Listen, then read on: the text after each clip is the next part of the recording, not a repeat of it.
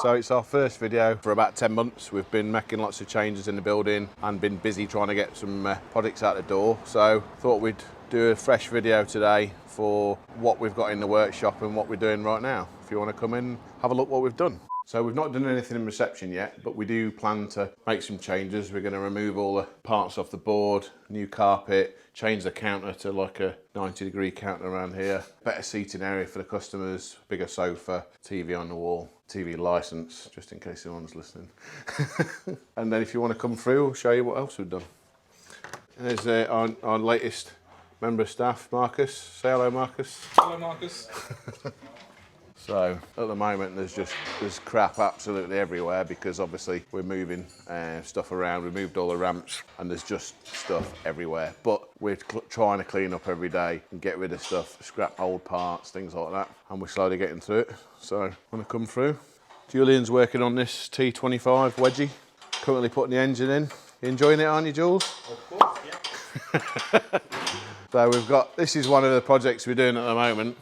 So this is actually a donor vehicle for a car we're doing. So we've got a short wheelbase Audi Quattro and we're removing the floor pan from this car and the drivetrain. That's going to go underneath the short wheelbase car. And then we're selling all the bits off the car that we don't need to try and put towards the cost of the project, because it's obviously expensive buying a 69 plate RS3 for a project. But the customer had this car already and he bought it stage 2 tuned, and whilst he owned the car, I don't know who tuned it, it's had got a bent rod, so we're going to build the engine that's in it. So rather than him try and put an engine in and sell the car, we're going to use it as the donor vehicle for this project. But you'll see that project soon anyway, when that starts underway. And we've got a Porsche 996 C4S in for a CV boot, and it's got a misfire on cylinder 1. And then Jason's doing an RS4 at the minute, which has had discs on the front, pads. The caliper shims have been done because they basically swell up and they trap the brake pad. So that's had those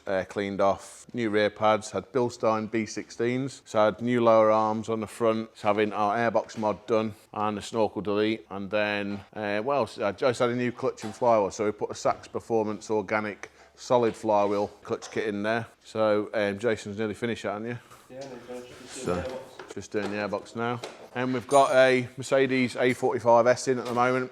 That's having a stage 2 package using the EST software for the engine. And then we're doing, so a Miltec downpipe and then there's just a K&N filter. So that should make about 480, 490 when that one's done. More crap. Then we've got a few little cars here that have just having work done, but we'll concentrate more on that in the next video. And then the biggest change that we've made is this is the new dyno room. So the dyno room used to be there, where that grey wall is, and then now we're in here. So at the moment, this is all the crap that was in the workshop is now there. So this is a new wall that we've put up here, all new electrics. The dyno's now in the floor where it was above ground before.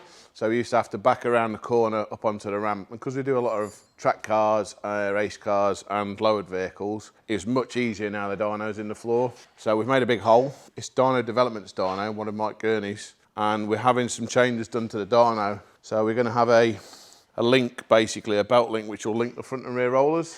So that will enable us to do all the new Porsches, things like that. Whereas at the moment, because they're not linked, they're only linked by the retarders braking, it's not close enough. So when it's linked, we'll be able to do the intelligent four-wheel drive cars a lot easier.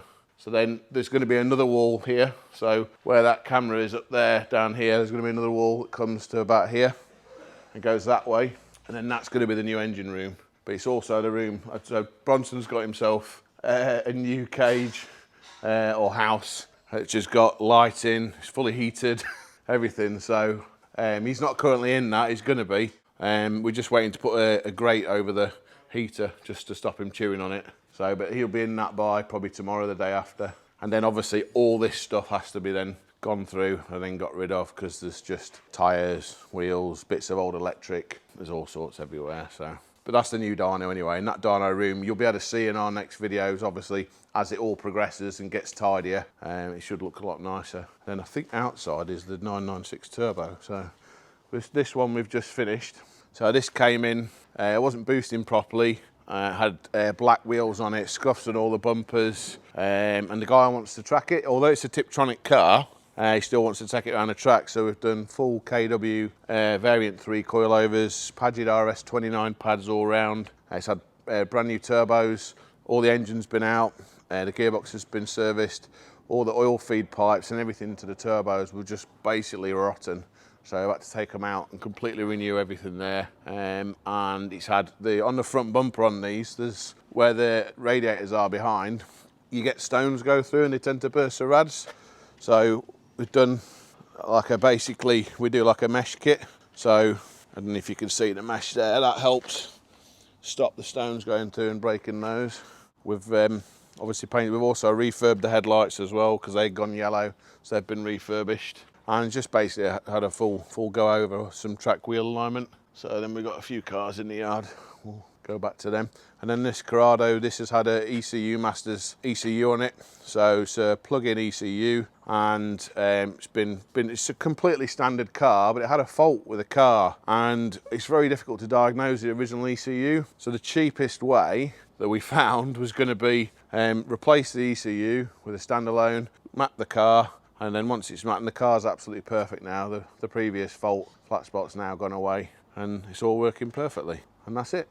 So one car I forgot about was Amrit's RS6. So this was originally one of Calvin's Car Diaries cars, and we put some Turbotechnics hybrids on it, and then it was tuned with MRC tuning software. So it's come in today. We've not seen the car for 2 years, something like that. So it's come in, we've replaced the engine cover back on because that had been removed.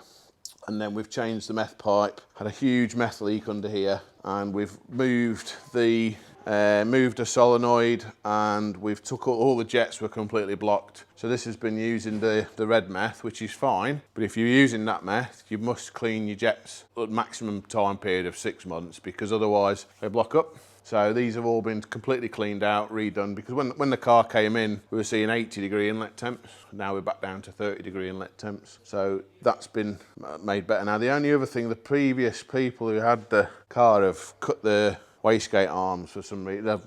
They've taken them off, or they've done something with them. So I don't know why. Maybe they're broke for a reason, but they've welded them on at different different lengths. So I'm going to have to cut those back off and then weld those back on, and then hopefully we'll regain some of the power that it's lost while it's been away.